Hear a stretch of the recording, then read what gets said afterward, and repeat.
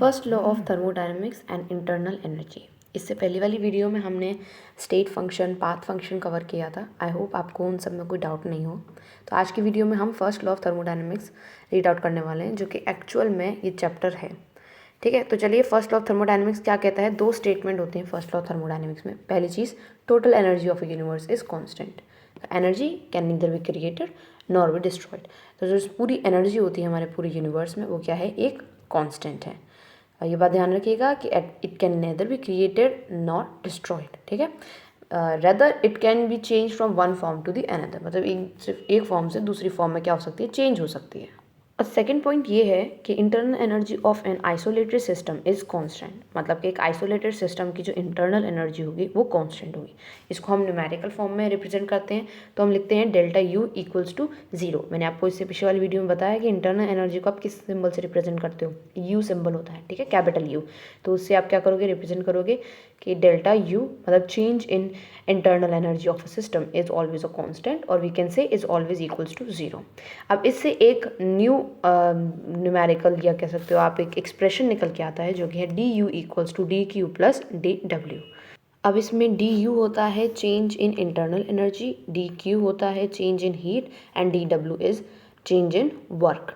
ठीक है, अब इसके बेस पे देखिए एक छोटा सा न्यूमेरिकल, जैसे कि Q आपको दे रखा है 380 जूल्स। ठीक है, हीट आपको दे रखी है यहाँ पर, इंटरनल एनर्जी की चेंज आपको दे रखी है कितनी, -72 जूल्स। सारी इक्वेशंस को, इस इक्वेशन में सारी वैल्यूज़ को पुट करिए एंड W की वैल्यू निकालिए। ऐसे तो आपके सीधे सीधे सिंपल वन वर्ड क्वेश्चन बनते हैं, लेकिन इनके आने के चांसेस काफ़ी कम रहते हैं। थोड़ी सी ट्रिकीनेस बढ़ाने के लिए जो आगे आप इनके डेरिवेशंस या फिर इनके जो एक्सप्रेशंस आप रीड आउट करोगे, उनके बेस पे मोस्ट प्रोबेबली न्यूमेरिकल्स आएंगे आपके लिए। ठीक है, तो न्यूमेरिकल्स की प्रैक्टिस इस चैप्टर के बेस पे काफ़ी अच्छे से कीजिएगा। ज़्यादा अपग्रेड लेवल के तो नहीं आएंगे, मीडियम नंबर ऑफ मार्क्स के आ सकते हैं। ठीक है, ना ही ज़्यादा छोटे ना ही ज़्यादा बड़े। नेक्स्ट, अब हम आगे बढ़ते हैं, heat change at constant volume. Heat change and constant volume, इसका एक पूरा डेरिवेशन है। ठीक है, इसका पूरा डेरिवेशन है। एक्चुअली डेरिवेशन के चांसेस बहुत कम होते हैं पूछे जाने के, लेकिन अगर आपको आता भी है तो आप इसको एज इट इज़ लिख सकते हैं। ठीक है, देखिए, दिस इज ऑल डेरिवेशन।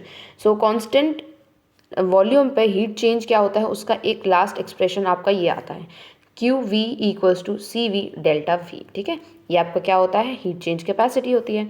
तो Q V equals to C V delta T, इसको हम थोड़ा सा और एक्सप्रेस करके सी वी के टर्म्स में लिखे तो आपका C V equals to Q V upon delta T आ जाता है। अब यहाँ पर v जो है नीचे, ये डिनोट कर रहा है कि कांस्टेंट वॉल्यूम पे रखा गया है, इसीलिए। ठीक है, तो आप या तो इस फॉर्मूले को याद रखिए या तो इस फॉर्मूले को याद रखिए, इट्स अप टू यू।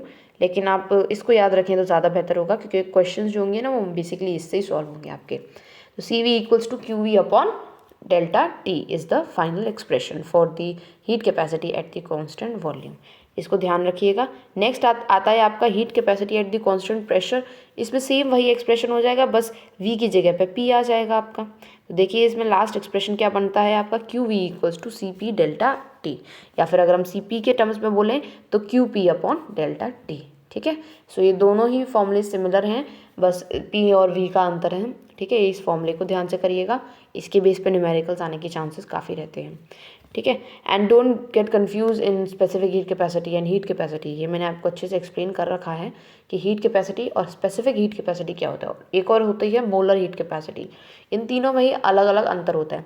अगर आपको अभी भी कन्फ्यूजन है इसमें, तो move on to the previous videos and watch them, और उनको देखिए कि उसमें क्या क्या डिफरेंस होता है। ठीक है, अगर हम आगे बढ़ते हैं, अब relationship between C P and C V. तो specific heat capacity at constant pressure and specific heat capacity at constant volume, इन दोनों के बीच में क्या रिलेशन होता है।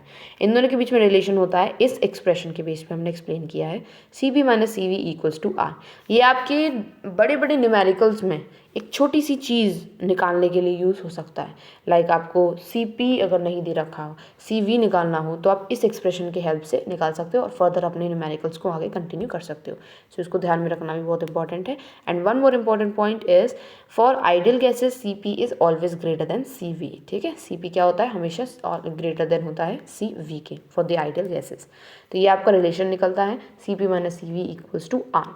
सो एक बार समराइज करते हैं, what was the first law of thermodynamics. उसके अकॉर्डिंग दो चीज़ें थी कि इंटरनल एनर्जी इज कांस्टेंट, ठीक है, एंड और आपकी दूसरी चीज़ क्या थी, दूसरी चीज़ थी आपकी energies can neither be created nor be destroyed. ठीक है, it is always a constant. It can only convert to from one form to the another form. So with this we have ended this video. अब हम next video में work of expansion, अब देखिए इसमें बहुत सारे डेरिवेशंस हैं। अब इतने सारे डेरिवेशंस तो मैंने आपको नहीं बताए हैं, इसको आपको प्रैक्टिस करनी होगी। इन डेरिवेशंस को आपको आसानी से आ जाएंगे डेरिवेशन। इनके जो एक्सप्रेशंस है जो लास्ट में आते हैं उनको आपको बहुत अच्छे से करना होता है। ठीक है, उनको आप अच्छे से कर लेंगे तो आप न्यूमेरिकल्स सॉल्व करने में कैपेबल होंगे। एंड या न्यूमेरिकल्स की प्रैक्टिस करनी बहुत मस्ट है। अगर आप सोचें कि एक्सप्रेशन याद कर लें, हम न्यूमेरिकल्स हमें दिए जाएंगे, हम डायरेक्ट उसको अप्लाई करके आराम से वैल्यू पुट करके निकाल देंगे, नो ऐसा नहीं होता है। बिना प्रैक्टिस के न्यूमेरिकल्स आप सॉल्व नहीं कर सकते, बहुत मुश्किल होगी। इसीलिए इनकी ना प्रैक्टिस अच्छे से करिएगा। तो हम एंड करते हैं इस वीडियो को। Thank you for watching this video.